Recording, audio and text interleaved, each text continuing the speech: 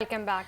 Bulletin के सिलसिले को आगे बढ़ाएं और खबर देते चलें आपको कि कराची बाग जिन्ना में पाकिस्तान तहरीक इंसाफ के मौके पर जलसे के मौके पर आवाम की बड़ी तादाद मौजूद है और पुलिस की रुकावटें अबूर करके जलसा गाह में पहुंच गई हैं। इसी पर मजीद बात कर लेते हैं। हमारे साथ लाइन पर मौजूद हैं senior anchor person Khatija Rathore. जी खतीजा, बताइएगा, कुछ देर पहले हमें इत्तलात मौसूल हुई थी कि मीडिया की गाड़ियों पर भी जो है वो हमले किए गए हैं, तो अभी आप जलसा गाह में मौजूद हैं, अब आप क्या सूरत हाल देख रही हैं वहाँ की? जी, चैनल 5 के नाज़रीन को बताएं कि अब से कुछ देर पहले जो है वो मीडिया वर्कर्स पे हमला किया गया है। पाकिस्तान तहरीक इंसाफ की कारकुन मुश्तइल हो गए, जहाँ पे मीडिया की गाड़ियाँ DSNG मौजूद थी वहाँ से हटा दी गई है।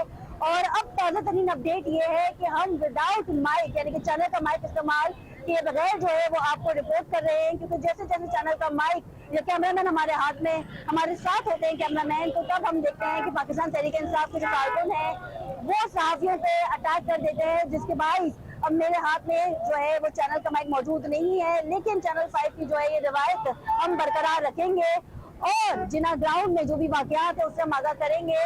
अब से कुछ देर पहले ये खबर आई थी कि सोहेल आफरीदी जो है वो निकल गए हैं बाग जुना के लिए, लेकिन ताहाल नहीं पहुंच सके। कारकुन मुश्तइल हो रहे हैं, मीडिया पर्सन्स को जो है वो कवरेज करने में मुश्किलात का सामना करना पड़ा है। मेरे अकब में आप देख सकते हैं कि स्टेज मौजूद है और कारकुनों की तादाद जो है इसमें इजाफा होता जा रहा है। अब से कुछ देर पहले फिल्म शेख तमाम साहब आए थे, उन्होंने मीडिया चौक की, और अब देखना यह है कि सोहेल आफरीदी जो है वो कब यहाँ पे